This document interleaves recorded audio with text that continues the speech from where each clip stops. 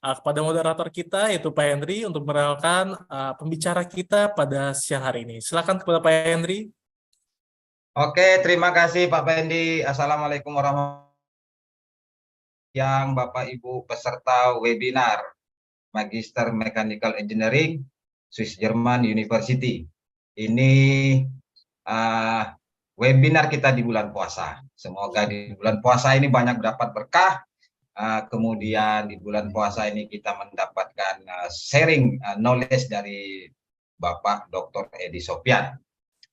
Saya perkenalkan, beliau adalah seperti yang disebutkan oleh moderator tadi di PT JKK Jasa Konsultan dan Jasa Konsultan Keuangan dan Investasi, kemudian juga aktif sebagai dosen di Sekolah Tinggi Kedirgantaraan, dosen di Melbourne, ya, Institut Business and Technology, kemudian juga dosen di Swiss German University. Beliau menamatkan S1, S2, S3-nya di luar negeri, ya, seperti di Suffolk University, kemudian Royal Melbourne, yang dalam hal ini kepakaran beliau lebih banyak ke teknologi aerospace. Kemudian juga beliau banyak melakukan penelitian-penelitian dan kerjasama dengan luar negara, yang dalam hal ini lebih kepada aerospace engineering, kemudian juga berpengalaman mengajar beberapa mata kuliah seperti Business and Management, Aerospace, Digital Technology, kemudian di Mechanical and Mechatronics. Oke, dengan tidak memperpanjang mukadimah, pada kesempatan sore hari ini temanya adalah seperti yang ada pada brosur kita, Mega Engineering Project. Kemudian mudah-mudahan di sini nanti banyak bapak-bapak atau ibu bisa bertanya ke beliau untuk saling berdiskusi. Dengan tidak memperpanjang mukadimah, kami persilakan Bapak Dr. Edi Sofyan untuk presentasinya. Silakan Pak Edi. Baik, terima kasih Pak Henry, terima kasih semuanya. Selamat siang, Assalamualaikum warahmatullahi wabarakatuh. Waalaikumsalam. Bentar ya, saya siapkan dulu ininya, slide-nya, baru nanti saya bicara.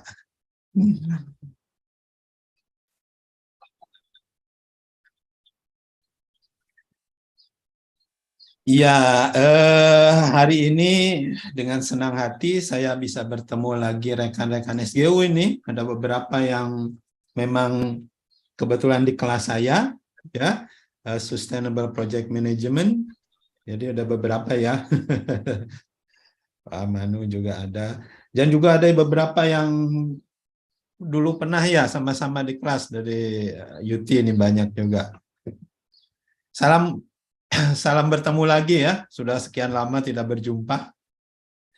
Mudah-mudahan semua dari kita diberi kesehatan, diberi kebahagiaan, diberi kelancaran lah dalam setiap tugasnya. Sebelum saya cerita, mungkin sebenarnya saya ingin tanya ini background bapak-bapak semua di mana ya? Tadi barusan ada yang komen, ada yang dari Tembilahan ya? Siapa Mas Zulfi? Itu junior saya Pak. Oh gitu. Nah, memang Pak Henry dulu apa hubungannya dengan Tembilahan? Saya SMA di sana, Pak. SMP, SMA di sana Pak. Oh, lelah. Ternyata dunia kecil. Saya pernah di Tembilahan dulu lama. Oh, oke. Di kepulauannya tapi Pak, di Tembilahan kebetulan ada pabrik kelapa ya. Orang Sambu. Kita Sambu Pak ya? Iya, jauh-jauh pokoknya dari Jakarta ke Tembilahan untuk cari kelapa. Karena hanya ada di sana katanya surganya kelapa. Iya Pak, surga dunia kelapa di sana Pak. Iya. Ya, baik, mungkin saya akan cerita tentang future engineering management karena kebanyakan fokusnya sekarang di engineering management. Tapi begitu luasnya engineering management, saya ingin lebih fokus lagi ke tentang mega project. Ya, Jadi banyak sekali proyek-proyek yang seorang engineer, ya. Saya yakin semua di sini kebanyakannya engineer, mungkin tidak semuanya, kebanyakannya engineer.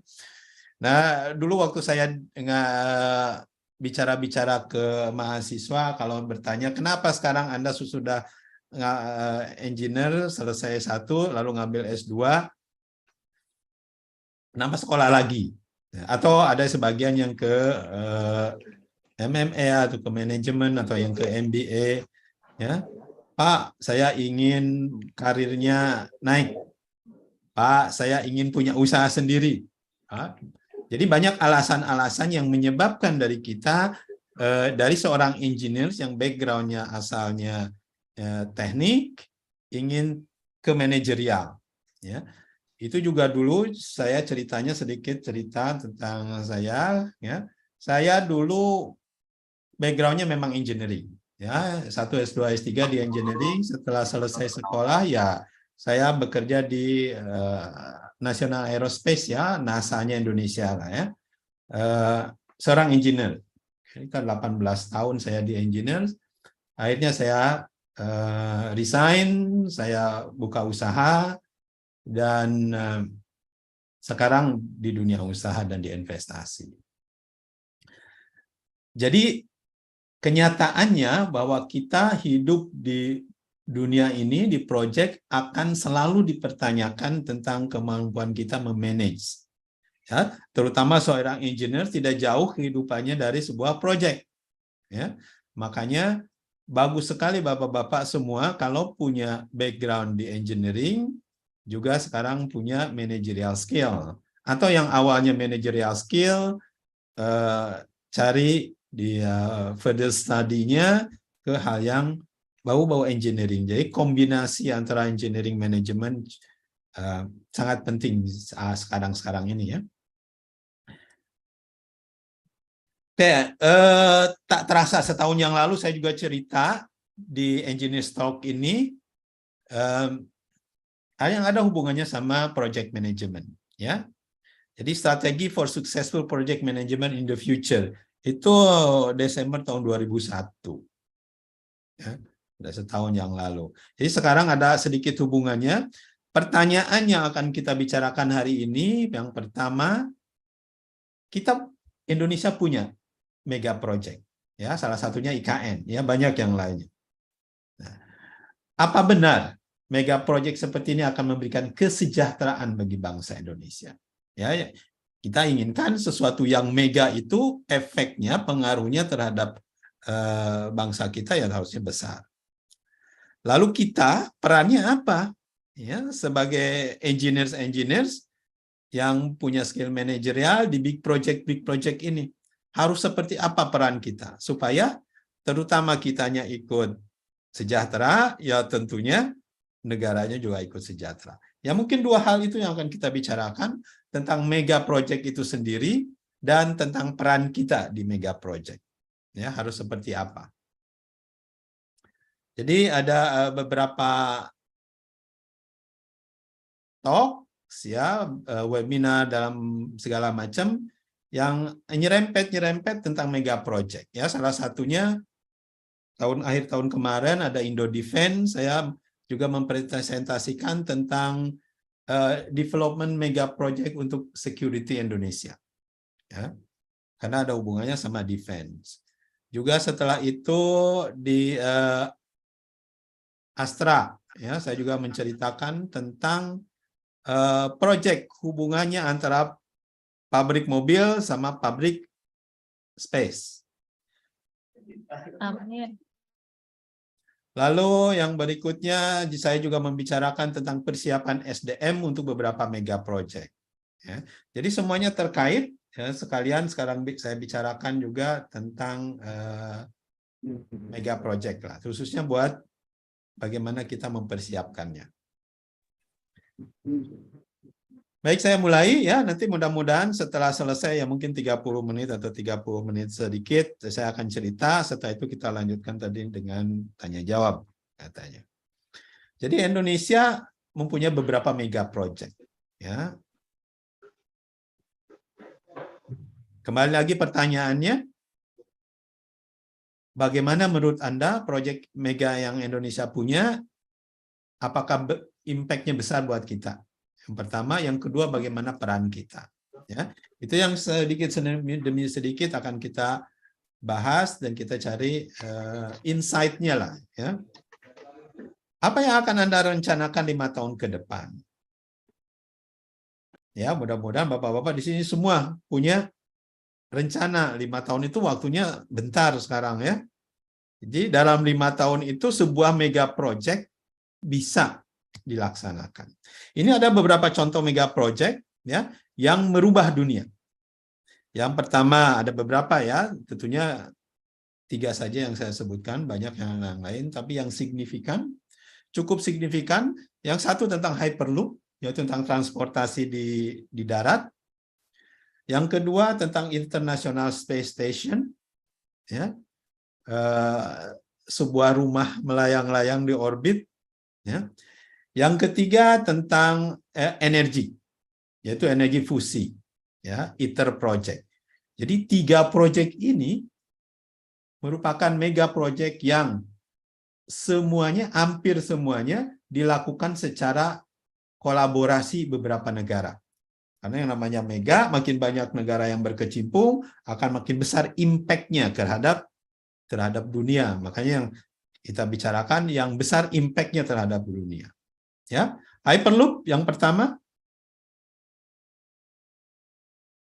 Nanti Bapak-Bapak bisa search lebih jauh.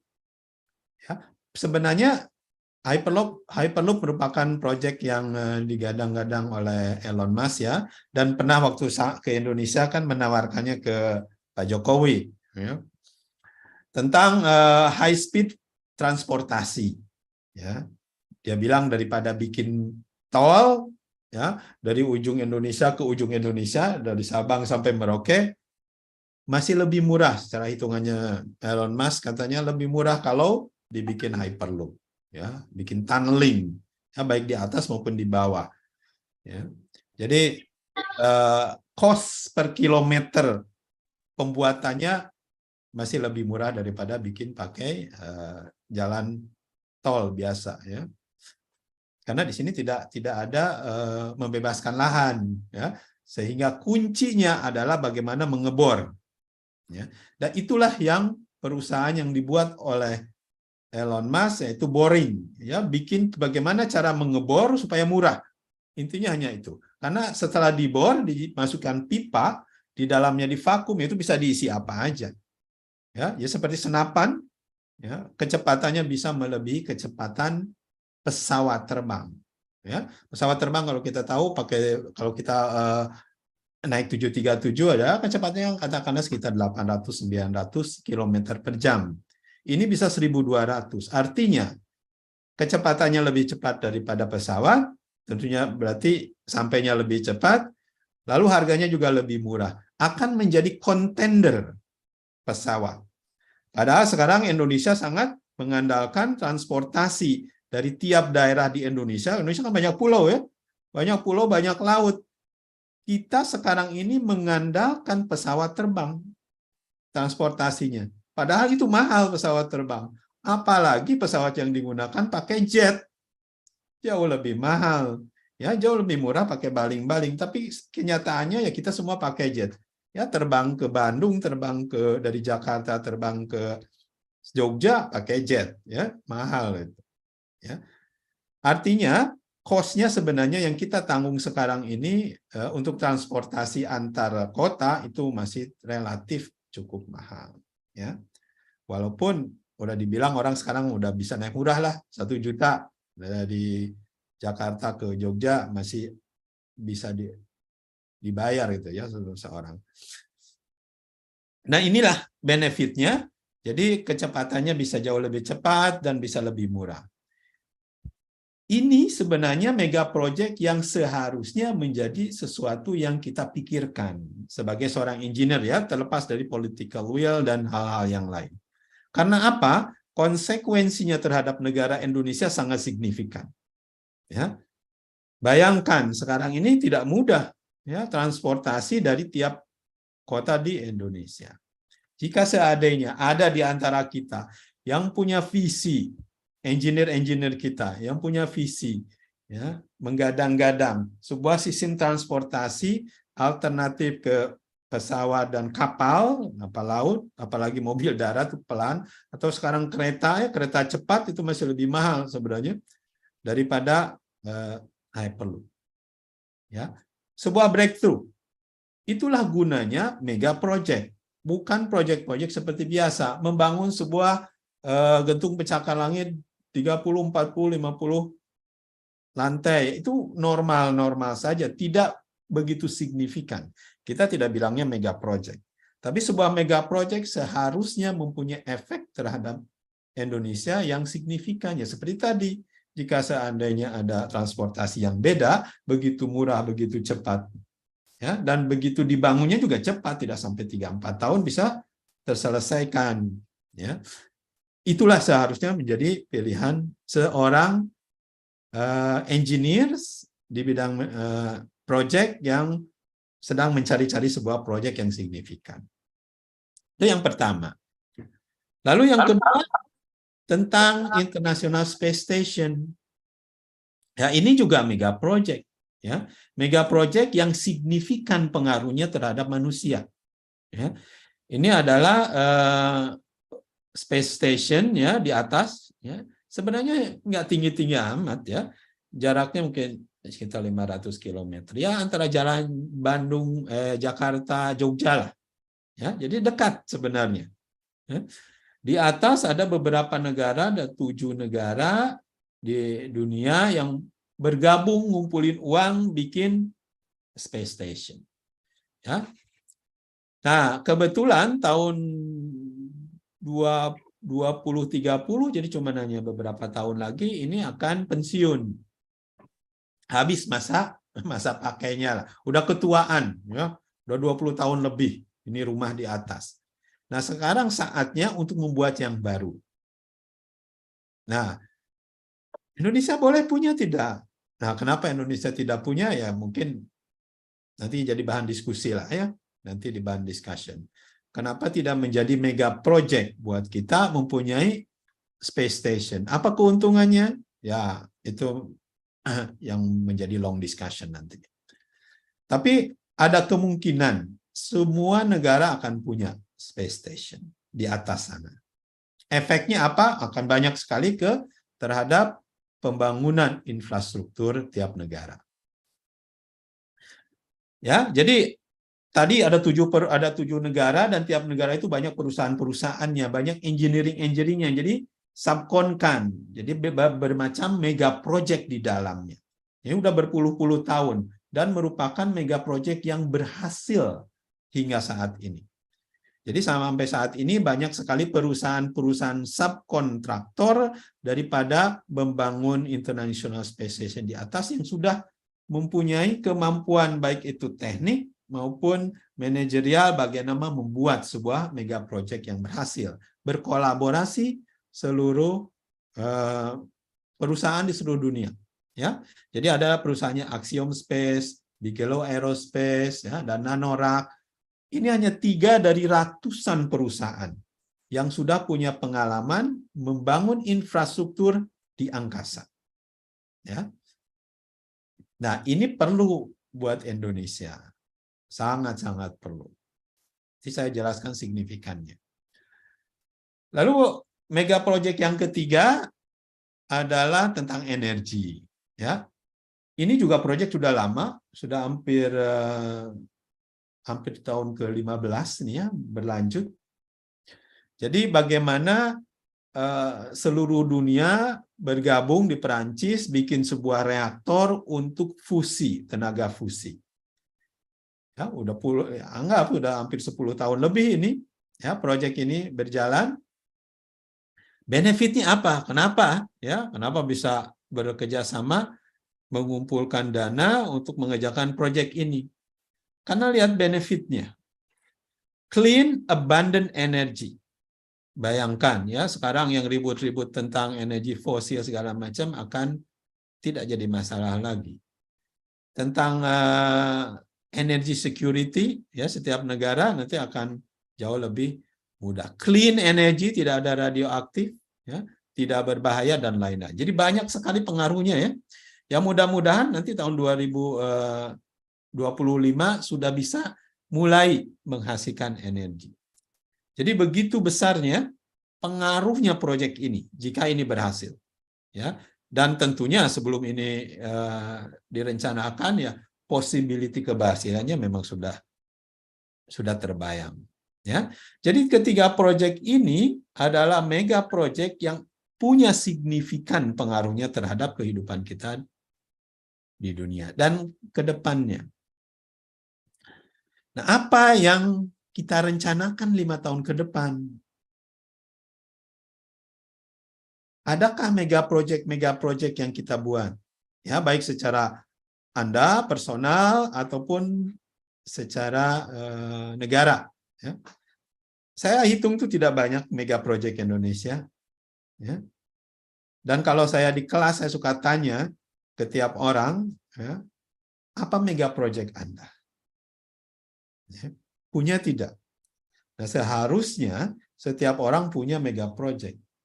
Karena semua dilahirkan ke dunia dengan sebuah tujuan. Dan pasti itu tujuannya mega. Ya. Pasti proyek yang harus dilakukan ya yang besar. Tidak, ya saya iseng. Ya, datang ke dunia ini saya iseng, tidak. Pasti bapak-bapak sama ibu semua datang ke sini nih, ke bumi, katakanlah, punya tujuan yang besar. Ya. Sehingga wajar kalau setiap dari kita, tiap individu dari kita punya mega project. Tidak wajar kalau tidak punya mega project. Berarti tujuan kita tidak mega. Ya, sangat kecil. Jadi coba kita cari, kalau memang tujuan hidup kita memang mega, tentunya ada mega project. Nah, mega project ini harus dicari dengan effort, ya, tidak datang begitu saja. Dan tidak mudah kita mencari mega project. Ya, ada skill yang kita perlukan untuk bisa mendapatkan mega project. Lalu selain itu bagaimana kita bisa kontribusi ya di dalam mega project tersebut. Nah, kalau kita lihat ya, mega project bisa timbul di mana? Ada tanda-tandanya sebuah mega project itu timbul.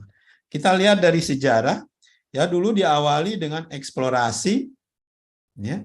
Karena waktu itu lautlah yang berkuasa, kapal, kita punya sistem transportasi pakai kapal. Ya, makanya benua Amerika ditemukan, orang Eropa datang ke Indonesia, ada Afrika ditemukan, ya, Australia ditemukan.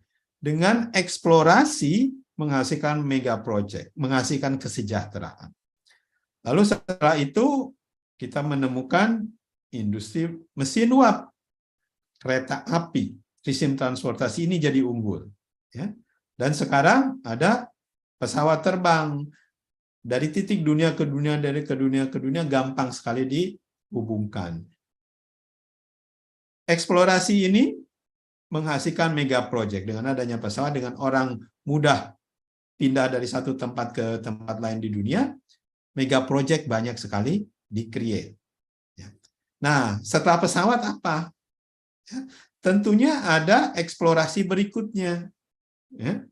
Setelah kita selesai mengeksplorasi bumi ini, lewat air, lewat darat, lewat udara, sekarang waktunya untuk mengeksplorasi space. Nah, kalau kita lihat, ya, kenapa konglomerat-konglomerat dunia yang notabene sudah kaya dalam dunia digital, ya, seperti Elon Musk, ya, lalu Jeff Bezos, ya, ini semuanya punya perusahaan digital yang berhasil. Dan mereka sekarang semua membuat perusahaan space. Ya, Elon Musk bikin perusahaan SpaceX. Lalu Bezos membuat perusahaan Blue Origin dan lain, ada beberapa, ya. Lalu Richard Branson yang punya Virgin Airlines juga membuat perusahaan Virgin Aerospace dan lain-lain. Jadi banyak sekali konglomerat ini mulai membuka perusahaan space. Ada apa? Ya. Ya, kita ambil aja salah satu, ya paling mudah kita bicara tentang Elon Musk. Jadi dia awal tahun 2023 menjadi orang yang terkaya di dunia karena Tesla-nya. Ya, saham Tesla meroket. Dan sekarang mulai nih perusahaan berikutnya SpaceX meroket juga. Ya, jadi bisa dibayangkan akan banyak perusahaan-perusahaan beliau, masih banyak jajaran yang lainnya tuh, mega project yang dipunyai sama Elon Musk yang sudah menanti. Dan saya yakin sebagian besar dari mereka akan menjadi mega project yang berhasil. So we need a new mega project. Apa? Ya, setelah tadi laut, kita lihat ke udara. Nah, ini ada artikel yang cukup menarik. Isinya, artikelnya, with only a little government funding, can make a gigantic space industry. Jadi keyword ada space industry. Self-supporting in as short as 20 to 40 years. We do that, then every activity we do in space will become economic and will produce almost unbelievable benefit. Ya, jadi kata kuncinya self-supporting industry. Itu yang akan merubah banyak hal, terutama kita sebagai engineers. Ya, sebagai engineers membutuhkan a new industry yang bisa memperbesar diri, ya, tanpa harus ada kapital dari pemerintah. Karena sekarang ini banyak mega-mega project, apalagi di Indonesia ya, kalau tidak project pemerintah nggak bakal bisa. Ya, jadi semua IKN projectnya pemerintah, ya, kereta cepat semuanya pemerintah. Nah, dengan space berbeda, ya, akan ada self-supporting. Jadi dia akan tumbuh hanya dengan intervensi government yang sedikit. Inilah keuntungannya private companies. Nah, buat kita yang sedang mencari project-project yang mega, yang besar, nah kesempatan ini adalah kesempatan jumbo yang harus kita persiapkan, tidak ujuk-ujuk dia datang. Ya. Walaupun dia datang, kita hanya tidak siap, sama seperti digitalisasi, kita hanya sebagai pengguna saja, ya.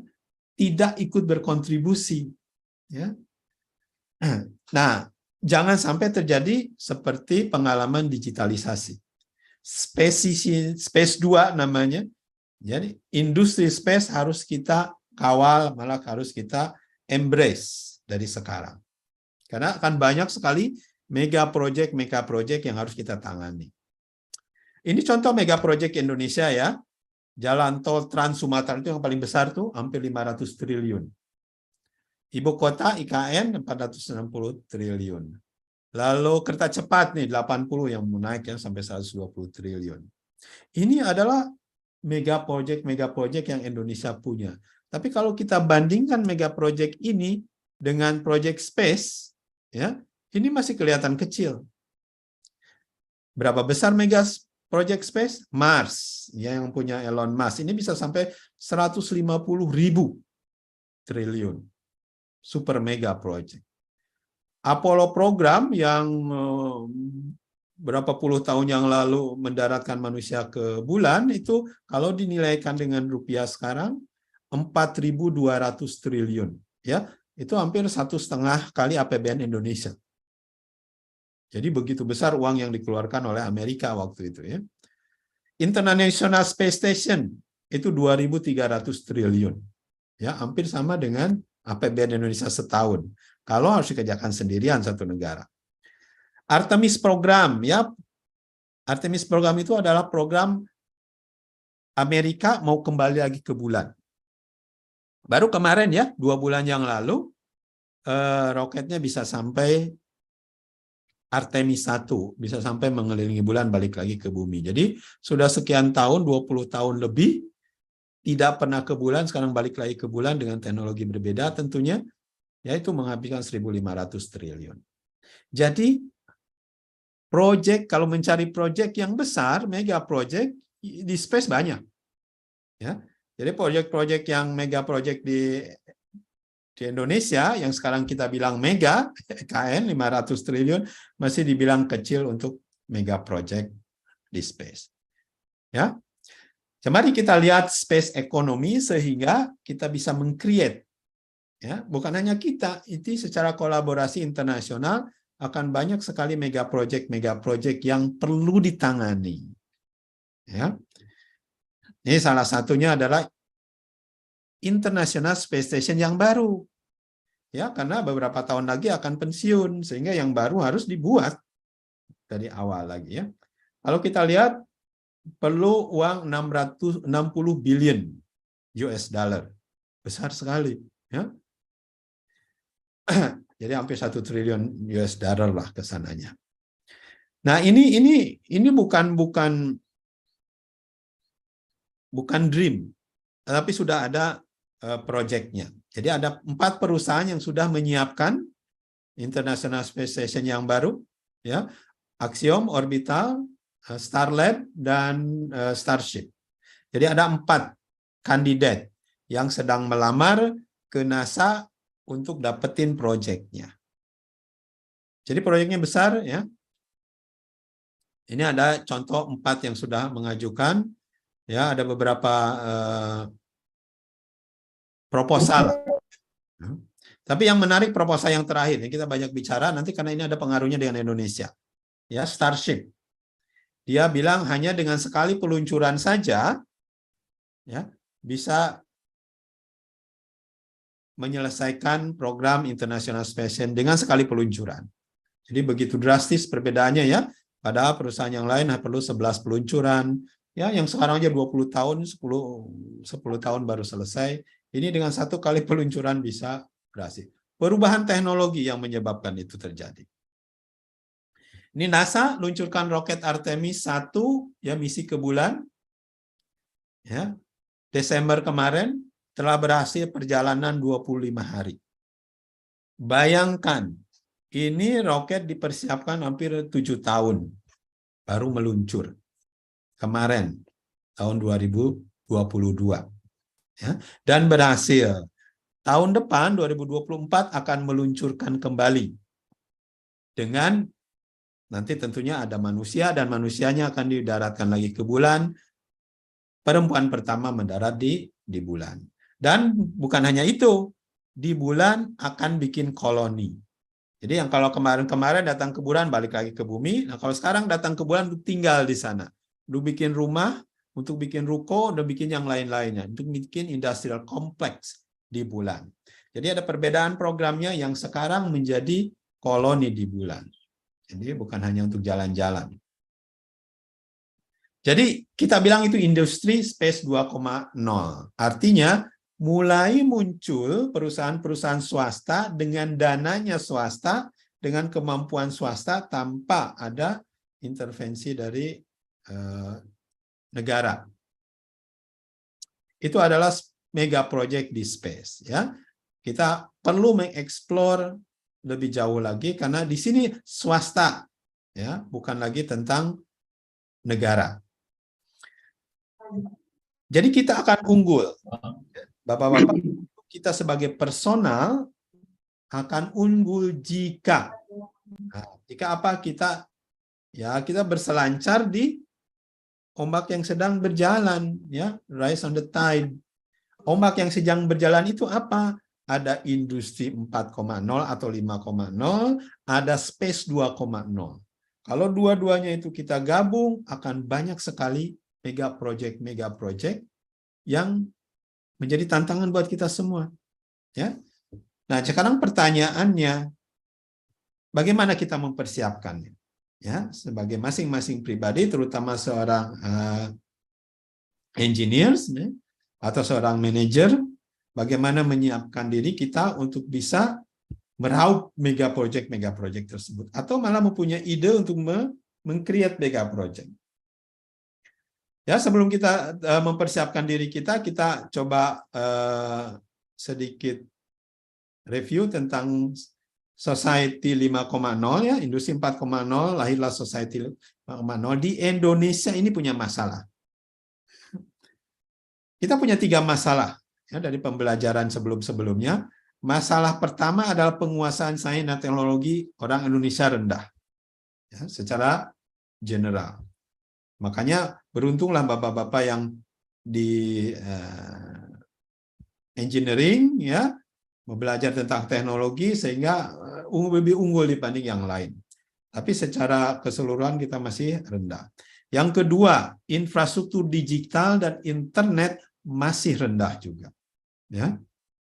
Dan yang terakhir adalah pendidikan dan mindset-nya juga perlu ada perubahan. Karena kita menghadapi sebuah perubahan teknologi yang begitu gencar, begitu pesat, dan akan membutuhkan kembali lagi mega project yang perlu ditangani. Sehingga tiga hal ini harus dicari solusinya, ya, buat Indonesia. Nah, United Nations juga sama, ya. PBB punya 17 masalah dunia yang harus diselesaikan. Ya, tidak ada kemiskinan, tidak ada kelaparan, dan lain-lain. Ya, ada 17 hal. Dan ini menjadi SDG, ya, Sustainable Development Goal. Bagaimana solusinya? Salah satu solusi yang dimungkinkan adalah, ya, selain kita mencari solusinya berdasarkan cara melihatnya kita di bumi, kita bisa melihatnya dari luar ke bumi.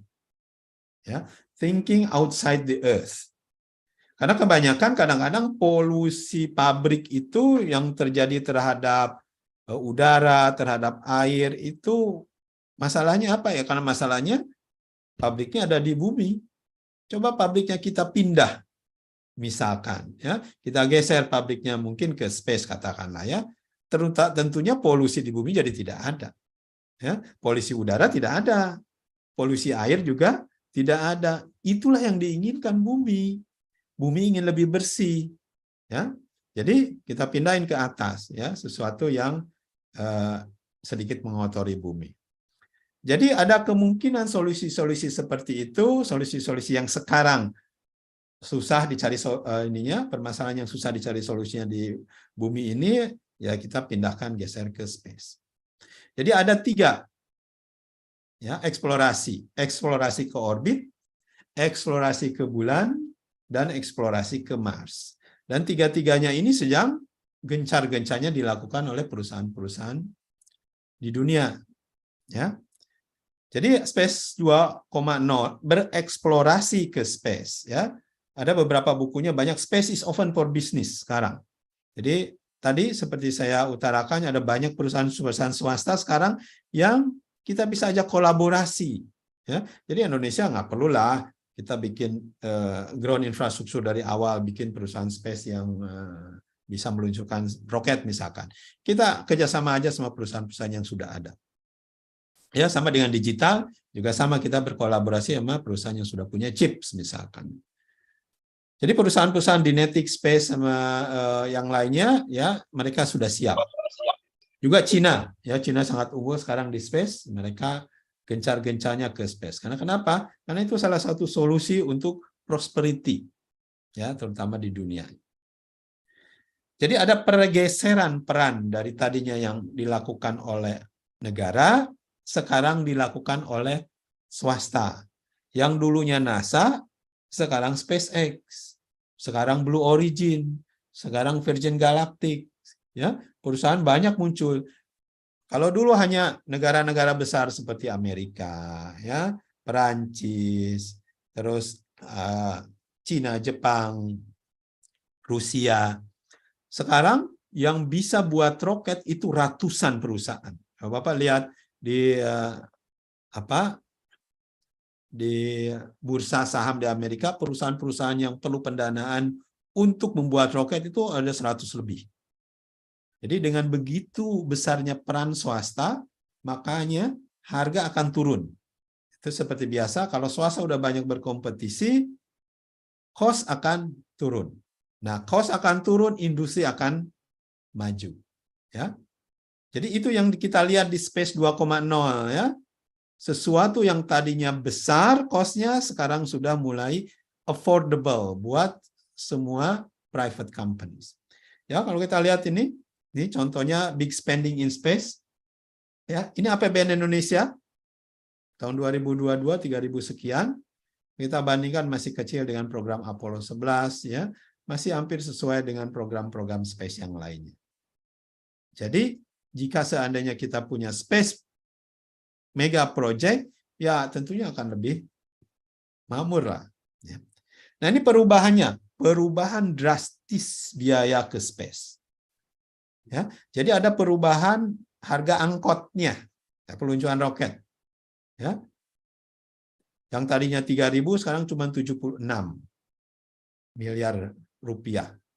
Yang tadinya harga bikin satelit sampai 7 triliunan, sekitar segitu, yang sekarang cuma 0,1%-nya saja. Ya, 2-3 miliar Anda bisa bikin satelit. Begitu drastis perubahannya, sehingga industrinya akan begitu banyak berubah. Ya.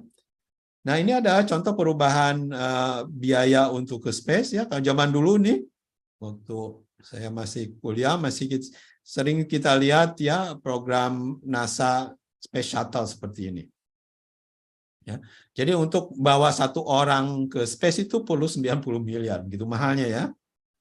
Nah, sekarang banyak berubah sampai akhirnya ini yang sedang Starship, ini punyanya SpaceX, jika berhasil, sebentar lagi sedang akan dicoba uji terbang, jika berhasil, harga yang dibutuhkan untuk satu orang pergi ke space hanya 7 juta. Begitu besar drastis perubahannya. Sehingga setiap orang bisa pergi space dengan 7 juta, bisa mengirim siapa saja, benda apa saja ke space dengan begitu murahnya.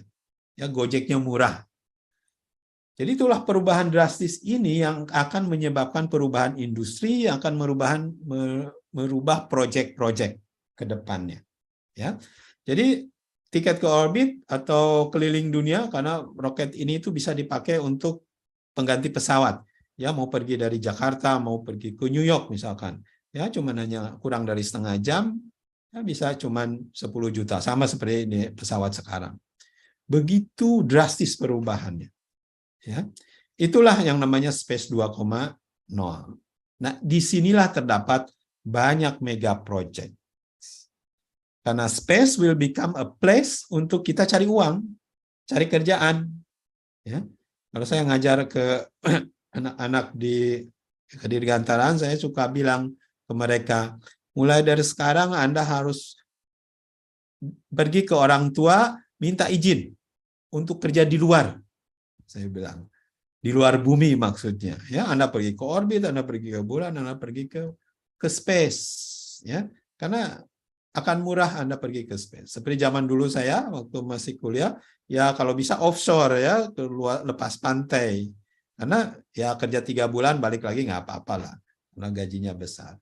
Ya sama dengan nanti ke space, ya mungkin beberapa 2-3 tahun ke depan, Anda kerja di space, mungkin bisa sebulan, 2 bulan Anda pulang, ya gajinya jauh lebih besar dari Anda kerja di bumi. Itulah perubahan tentang industri space. Jadi buat Indonesia penting nggak space? Sangat-sangat penting ya, karena kita punya ancaman dari space, kita perlu defense juga space, kita juga perlu bisnis space. Jadi Indonesia membutuhkan ketiga-tiganya hal ini. Ya. Nah, apa saja yang bisa di-create mega project untuk space di Indonesia? Ada space tourisme, ya, ada space novelty, penjual misalkan rock dari space, ya, menjual metal dari space dan lain-lain. Eksplorasi science, ya, planetary protection, kalau ada benda asing dari space, misalkan bekas-bekas roket atau bekas-bekas satelit jatuh ke bumi, ya perlu diproteksi dan lain-lain. Jadi banyak sekali ya jenis space project yang nanti bisa kita discuss. Ya, terakhir, bagaimana kita unggul, bagaimana yang harus kita persiapkan diri kita supaya unggul. Yang penting ini cara kita acquire knowledge harus berubah. Karena pendidikan sekarang itu mempersiapkan pekerja. Masa sekarang, ya kebanyakan mempersiapkan orang kerja di pabrik. Itulah pendidikan sekarang, yang itu yang harus berubah, karena pendidikan masa depan diperlukan orang berkreasi. Ya. mengandalkan mental dan kreasi. Karena ada teknologi seperti teknologi AI, blockchain, IoT, space, itu tidak membutuhkan orang kerja di pabrik, itu akan dilakukan oleh otomasi dan mesin. Jadi manusia harus disiapkan untuk bisa berkreasi, bukan menjadi pekerja-pekerja pabrik. Jadi pekerjaannya belum tentu ada dari sekarang. Knowledge-nya juga belum tentu ada dari sekarang. Skill-nya yang dibutuhkan ya belum tentu ada. Jadi apa yang harus dipersiapkan? Berbeda. Ya.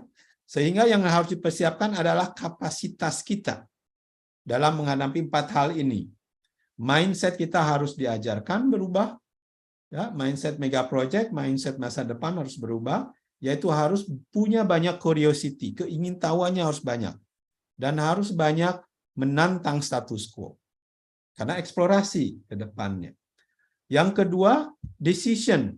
Ya, terutama seorang manajer harus punya 3 skill ini.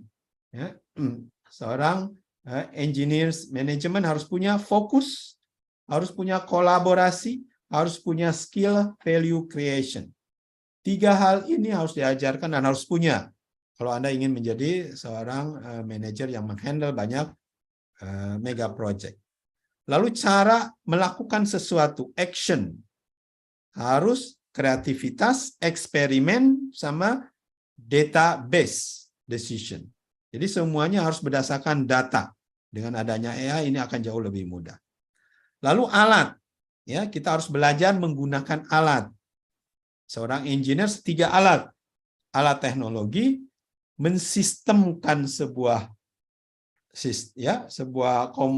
kombinasi dari beberapa komponen, lalu mengoptimasi. Jadi 3 hal tools ini harus punya. Nah, mungkin nanti kita bicarakan ini di diskusi. Ya. Mindset yang harus Anda punyai seorang mega project engineers adalah mindset eksponensial. Ya. Jadi mindset eksponensial itu seperti apa? Sama seperti kita COVID-19 kemarin ya. Lama tidak ada perubahan, langsung drastis berubah. Sama dengan mega project. Perubahannya awal-awal kecil. Makanya ya harus biasa patient. Nah, di fase ini harus patient. Di fase terakhir harus agile. Karena perubahannya drastis. Tiap fase ini membutuhkan skill yang berbeda. Di awal-awal harus punya visi dan nyaman terhadap uncertainty. Ya, sedangkan di fase-fase akhir harus banyak beradaptasi, cepat beradaptasi. Ya, ini mindset yang diperlukan seorang engineer untuk mega project.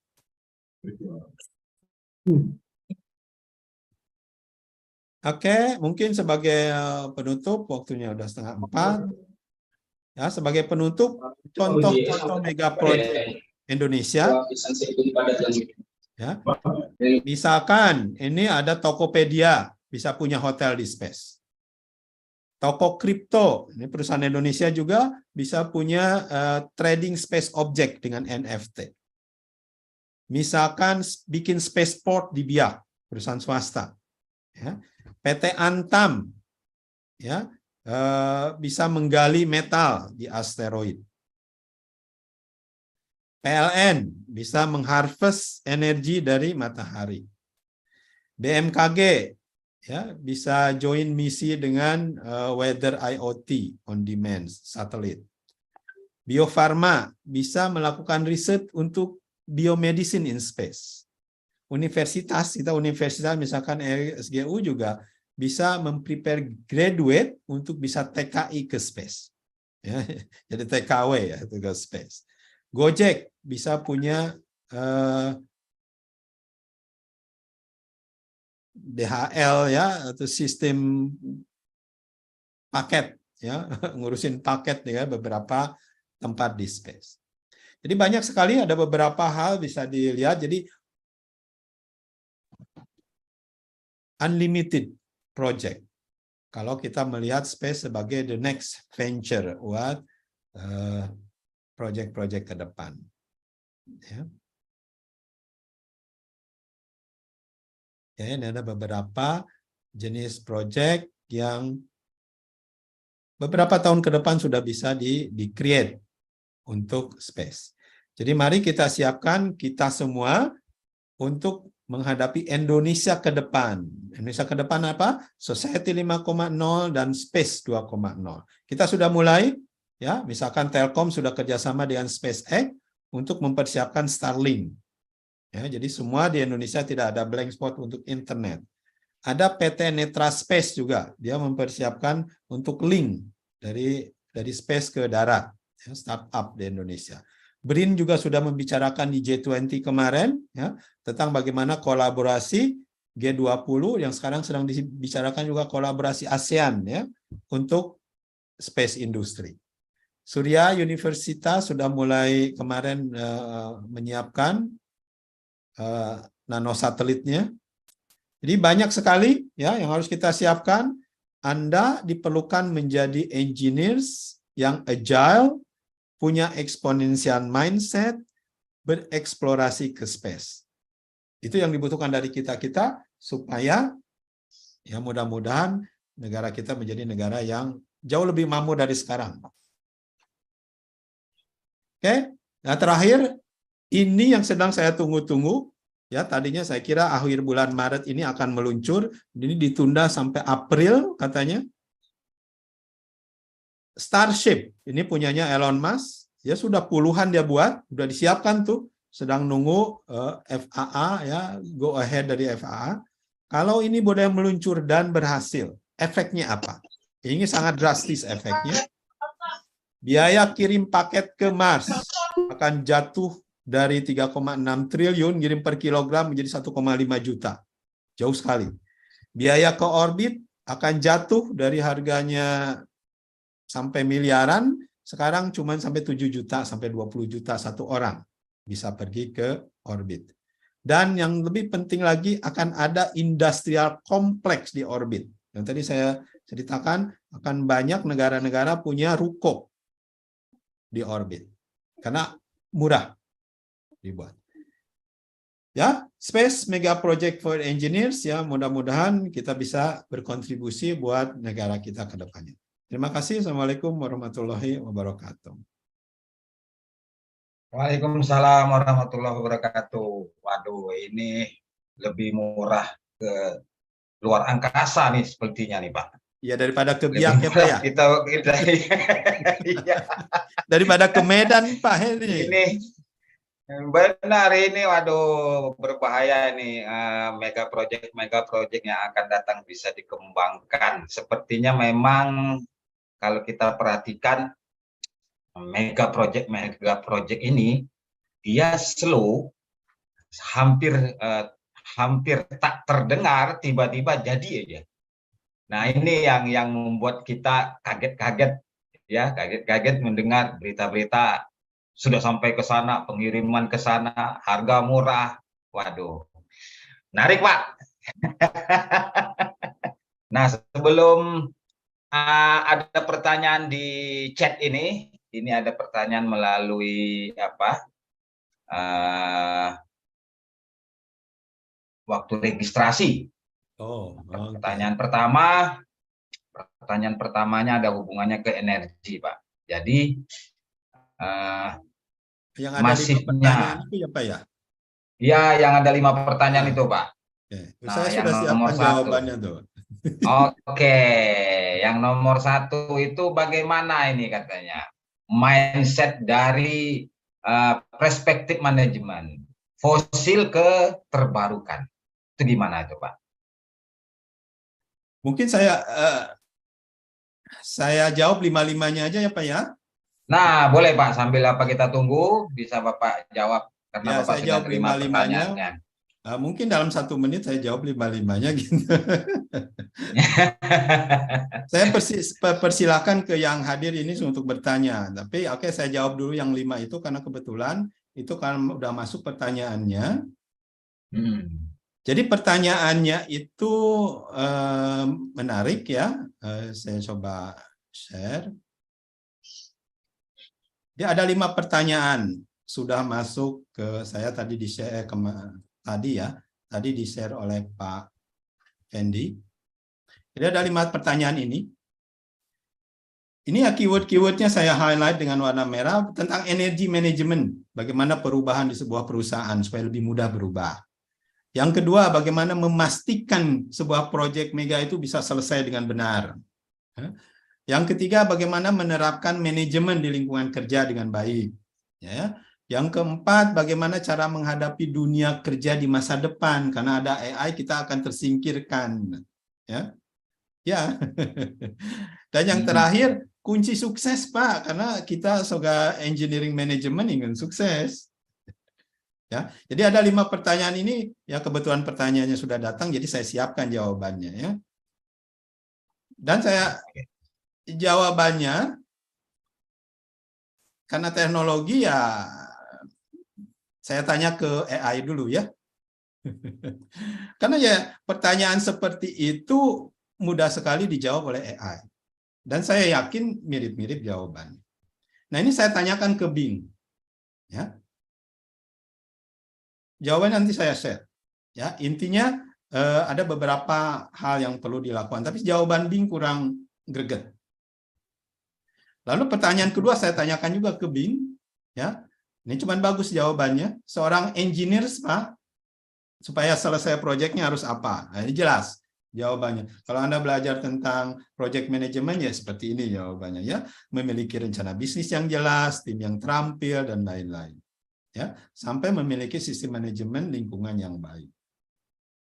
Lalu pertanyaan berikutnya, bagaimana cara menerapkan manajemen di lingkungan kerja ya? Short. Tapi saya tanya ke AI yang lain, ke ChatGPT, jawabannya jauh lebih baik. Kembali lagi bagaimana cara menghadapi dunia kerja, ini menarik karena kita tanya ke AI yang mempengaruhi kita ya.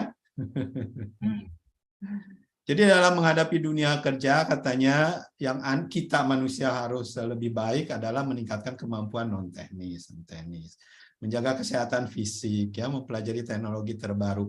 Tadi, ya, AI teknologi baru harus kita pelajari.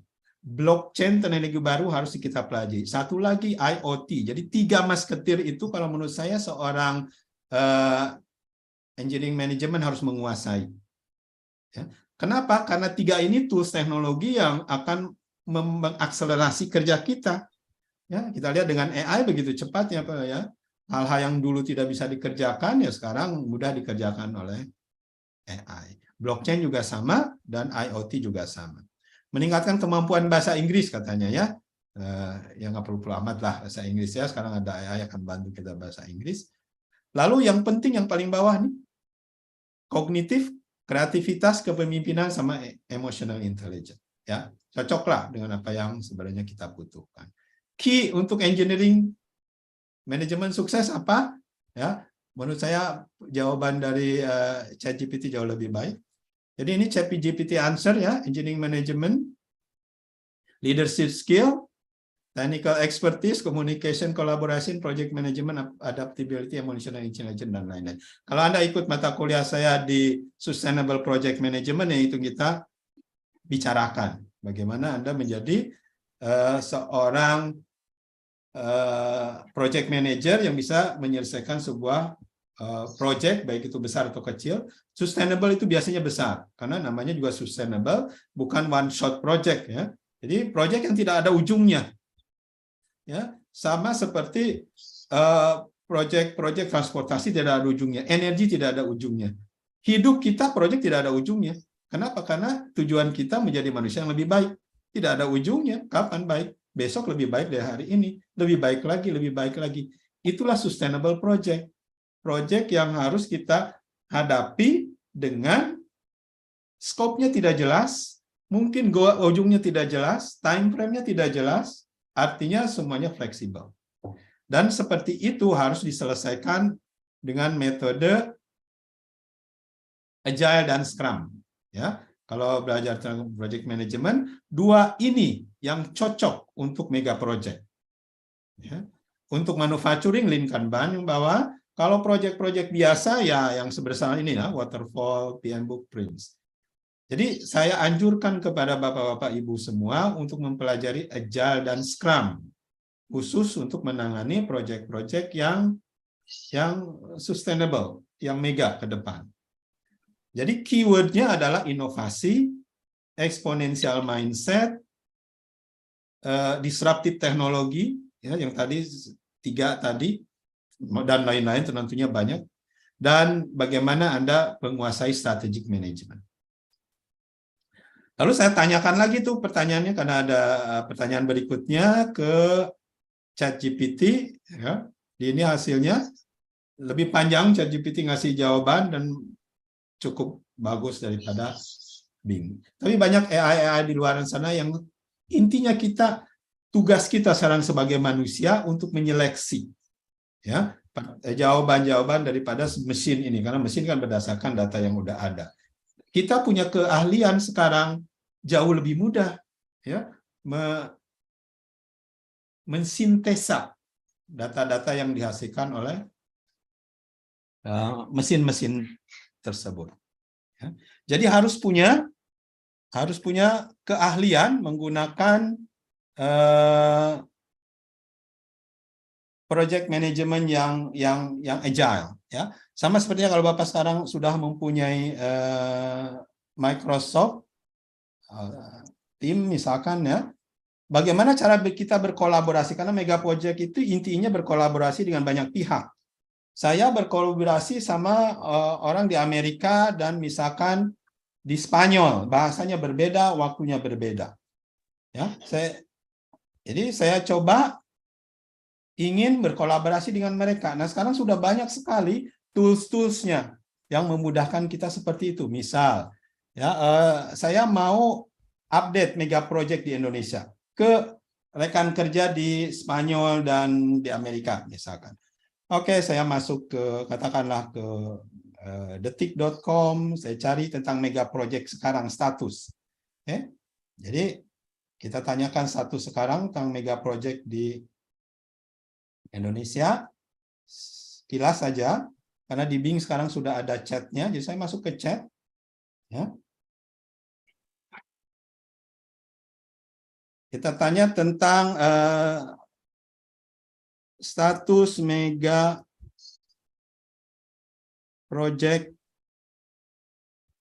di Indonesia. Misal, ya. Dia akan ngasih jawaban, tentunya jawabannya atau betul atau tidak kan kita tinggal analisa. Ya, jadi ada Indonesia memiliki beberapa pembangunan kilang minyak dan lain-lain yang statusnya banyak sekali. Lalu kita akan email ke mereka. Ya udah, kita bikin di sini. Ya, saya akan bikin email untuk mengirim tentang status mega project di Indonesia. Saya bikin profesional, tolong di-emailkan, di-generate draft-nya. Daripada saya bikin email sendiri, ya, cari datanya bisa setengah jam, terus ngetiknya bisa setengah jam lagi. Nah, inilah kegunaannya teknologi. Jadi kalau saya sudah punya nih,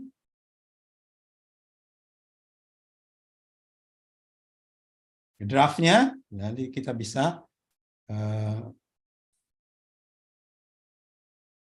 buatkan. Kepada yang terhormat Bapak, Ibu, ya, tinggal nanti gantilah ya di redaksinya.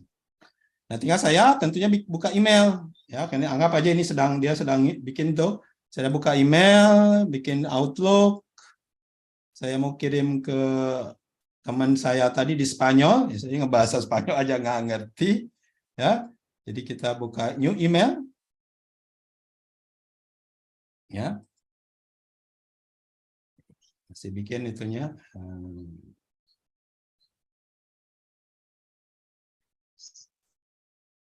Ya, anggap aja ini masih panjang nih tentang proyek Indonesia, dan ada banyak mega proyeknya. Yang statusnya saya copy aja, saya masukkan ke email saya. Ya.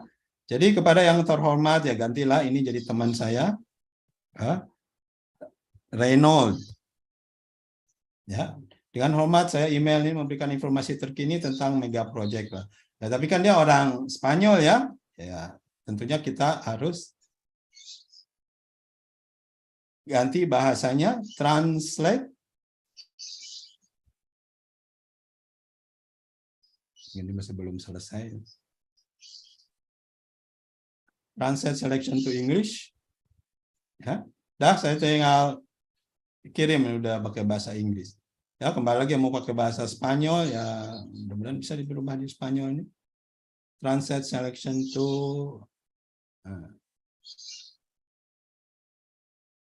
ya. Jadi kalau udah selesai ya tinggal saya kirim. Ada juga ke Spanyol nanti tinggal saya ganti bahasanya ke Spanyol. Nah, terkadang ya, terkadang kita ingin merekam. Ya, di sini udah ada dictation ya, kalau saya tidak sempat nulis. Ya. Karena di Word saya ada bikin dokumen dan fiturnya lebih banyak kalau di Word. Ya. Jadi kalau ini saya bisa translate ke bahasa yang lain. Translate selection ini saya rubah ke bahasa Spanyol tadi ya, Spain. Oke, jika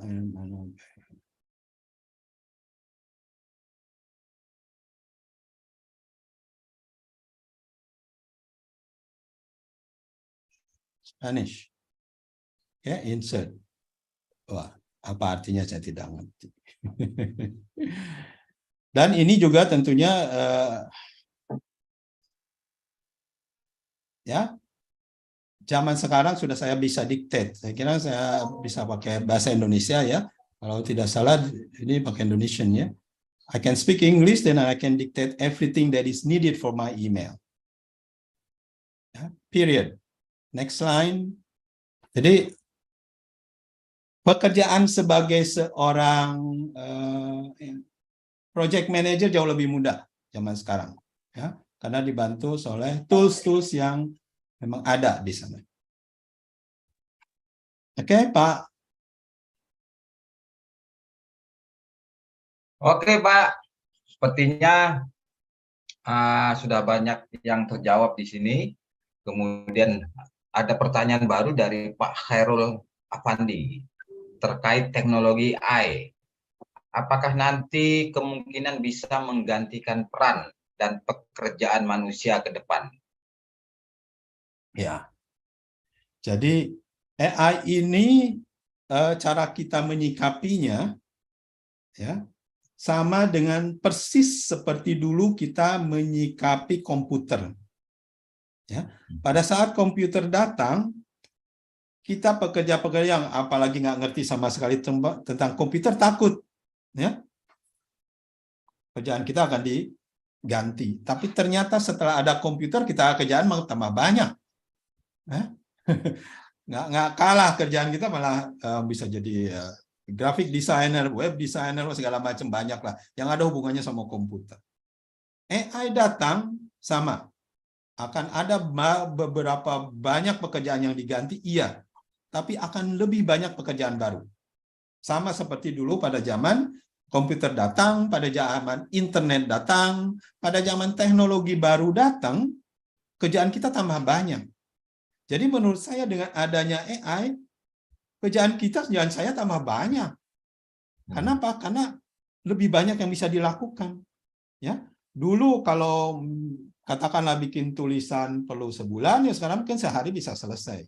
Jadi kerjaannya tambah banyak, ya, karena toolsnya ada. Ya. Jadi buat anda ya yang sudah punya knowledge, karena AI itu tergantung data, persiapkan dari sekarang sebanyak mungkin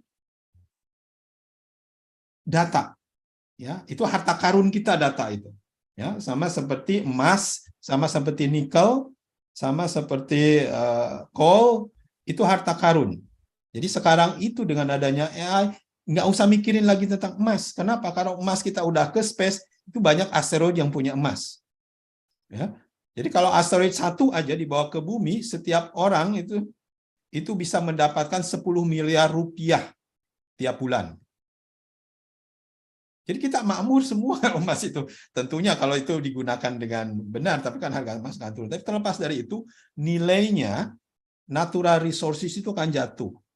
Karena banyak resources di sana yang bisa kita pakai. Ya, akan banyak material-material baru yang tidak bisa dibuat di bumi, mudah dibuat di space. Karena tidak ada gravitasi. Bikin obat jauh lebih mudah. Bikin steel yang 1000 kali lebih kuat jauh lebih mudah. Karena dia lebih homogen dibikin di space. Sehingga natural resources nilainya akan jauh lebih berkurang, yang akan banyak data. Nah, mulai dari sekarang, kita semua coba ngumpulkan data. Ya, baik dalam voice, video, teks, kumpulkan data. Karena itu akan kita masukkan, kita semua bisa bikin AI sendiri yang bisa menjawab tentang pertanyaan-pertanyaan kita sendiri, domainnya. Ya, yang mungkin perusahaan besar seperti Microsoft, Google, tidak akan punya tangan untuk bisa menggunakannya, ya, karena mereka umum datanya yang ada di internet. Tapi data-data yang mulai domain-domain kita sendiri, misalkan bapak-bapak di sini yang punya ahli nujum, wah, atau ahli mugaib, itu penting tuh. Datanya hanya Anda yang punya. Nah, itu didatakan, dijadikan digital, dijadikan aset dalam bentuk AI. Ya. Saya yakin banyak sekali resources di Indonesia yang sekarang ini datanya masih belum dalam bentuk digital. Inilah harta karun Indonesia sebenarnya. Tetapi jangan lagi kita berpikiran lokal, ya. Kalau space sudah terbuka, ya, katakanlah tadi cuma 7 juta pergi ke space, semua orang akan pergi ke space. Jadi kita tidak lagi berkompetisi dengan negara lain, kita bersinergi dengan negara lain. Tidak ada lagi kita mikirin tentang lokal Indonesia, enggak. Nah, tidak relevan lagi pikiran seperti itu. Jadi yang relevan adalah bagaimana kita bisa kerjasama dengan orang Spain, kerjasama orang Jepang, dengan orang Korea, dengan Afrika, dengan semua orang di luar negeri sana untuk sama-sama pergi ke space. Karena kita berdesakan-desakan di bumi, di sana itu luas. Nggak ada lagi masalah populasi. Ya, penduduk kerapatan tidak ada. Polusi udara, polusi air tidak ada, kita pergi ke space. Ya, jadi membutuhkan lebih banyak manusia yang ada di bumi sekarang. Ya, sekarang katakanlah 5 miliar, kita butuh lebih dari 10 miliar untuk bisa pergi ke space. Karena begitu luasnya dan eksplorasi begitu banyak yang harus kita lakukan. Jadi itulah mindset yang harus kita punyai, bagaimana kita pintar bersinergi dengan pihak-pihak lain di luar, tentunya di luar negara Indonesia. Karena solusi kemakmuran kita ada di situ. Bukan lagi kita menjadi unggul sesuatu dibanding negara lain, udah tidak relevan lagi menurut saya. Oke, ini sepertinya kejadian di film-film sekarang ini, Pak, ya. Banyak yang sudah bermukim di space, nanti ada komunitasnya berkumpul di sana semua. Jadi nggak heran gitu, seperti dulu waktu kita kecil-kecil juga, yang kelahiran-kelahiran di atas tahun 70-an, 60 gitu. Ada film ruang angkasa, sekarang sudah sampai di ruang angkasa. Nah, ini kayaknya mega project berikutnya targetnya ini, ya. Nah, targetnya ini sekarang ditambah lagi AI, ya. Nah, banyak sih memang kekhawatiran manusia diganti, ya, seperti itu. Kalau menurut Pak Edi, negara kita bisa jadi pioner atau masih follower aja, Pak? Untuk menuju ke sini nih. Pak Henry, itu yang penting. Itu sebenarnya yang saya inginkan dari rekan-rekan semua itu adalah kita berkreasi, kita berkontribusi. Kenapa?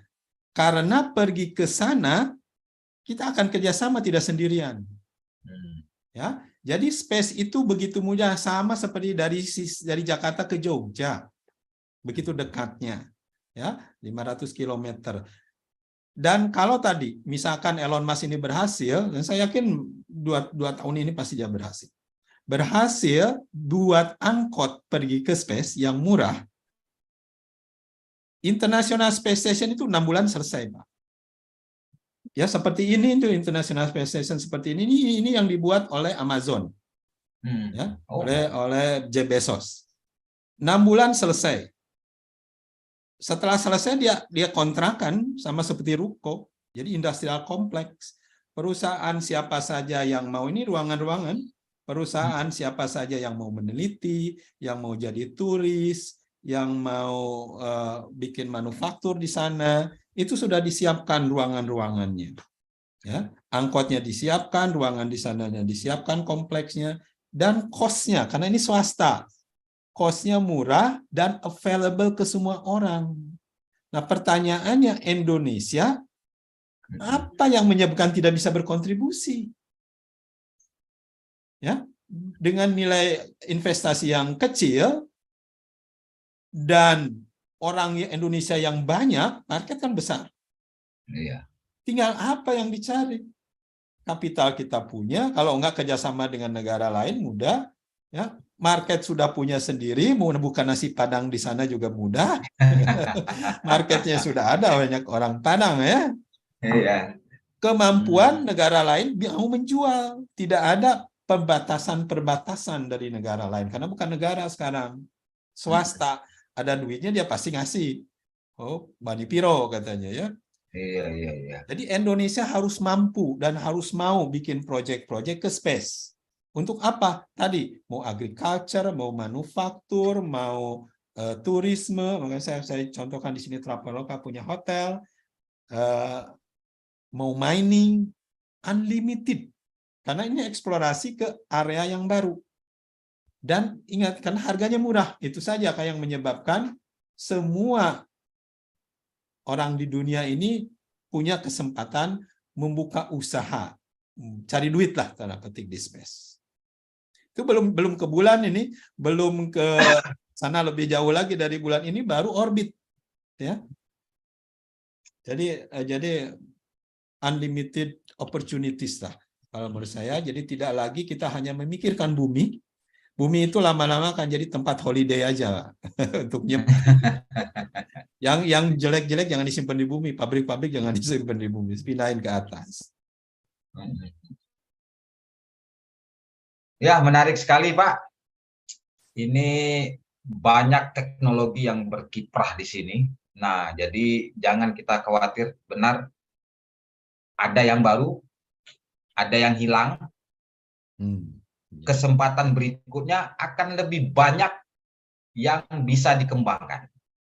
Nah, sekarang tergantung kita bagaimana membaca peluang tadi, sehingga menjadi inovator, bisa berkiprah, ya, bisa melakukan pekerjaan-pekerjaan yang teralihkan oleh teknologi saat ini. Saya kira karena waktu sudah hampir sampai, kepada Bapak-Bapak dan Ibu-Ibu, jika ada pertanyaan lain bisa ditanyakan ke kita melalui tautan yang diberikan oleh tim dari marketing SGU, atau bisa langsung ke MMA, ya, Master of Mechanical Engineering SGU. Kita bisa berdiskusi lebih jauh dan bisa bekerja sama untuk mengembangkan Indonesia lebih bagus. Amin. Itu saja. Mohon maaf jika ada perkataan yang kurang tepat. Saya kembalikan kepada Bapak Fendi. Silakan Pak Fendi. Baik, terima kasih banyak Pak Henry, terima kasih banyak Pak Edi untuk pemaparan dan ulasannya. Dan maaf juga Bapak Ibu karena kan waktu juga kita sudah menunjukkan pukul jam 4 sehingga acara kita sudahkan. Dan terima kasih banyak kepada Pak Henry yang telah mendampingi moderator, dan terima kasih banyak Pak Edi atas paparan yang sangat luar biasa. Terima kasih telah berbagi insight bersama kami di sore hari ini. Dan Bapak Ibu hadirin sekalian, pada kolom chat telah saya kirimkan untuk form feedback survei di mana Bapak Ibu dapat mengisinya, dan dalam juga terdapat e-sertifikat. Jadi silakan Bapak Ibu untuk mengisi link di formnya di kolom chat, bisa di copy saja. Dan sebagai informasi, Bapak Ibu hadirin sekalian, jika ada yang tanyakan mengenai seputar pendaftaran program studi Master Mechanical Engineering dapat dengan konsentrasi mekatronik dan engineering management, untuk intake Agustus 2023, Bapak Ibu dapat menghubungi melalui hotline WhatsApp kami di 0811 995 8010 atau melalui Instagram kami di SGU Graduate School. Dan jika Bapak Ibu tidak ingin kelewatan nih untuk program engine stock berikutnya, Bapak Ibu dapat memantaunya di Instagram @SGU Graduate School. Baik, Bapak Ibu hadirin sekalian, akhir kata kita sudah di ujung acara. Saya ucapkan sekali lagi terima kasih banyak atas partisipasi dan kehadiran Bapak Ibu dalam acara Engine Stock sore hari ini. Semoga dapat bermanfaat dan dapat menambah insight bagi Bapak Ibu. Saya Fendi, pamit undur diri. Sampai jumpa. Selamat sore. Selamat sore. Assalamualaikum warahmatullahi wabarakatuh. Selamat sore, terima kasih Pak Andri. Selamat berbuka puasa. Wah, dari awal ya. Pamit Pak ya. Ya pamit Pak Hendy, Pak Oke, Fendi. pamit Pak Edi, semua terima kasih Bapak banyak, Ibu. Pak Henry, terima Ya. kasih banyak. Bapak Ibu, Bapak Ibu. terima kasih banyak.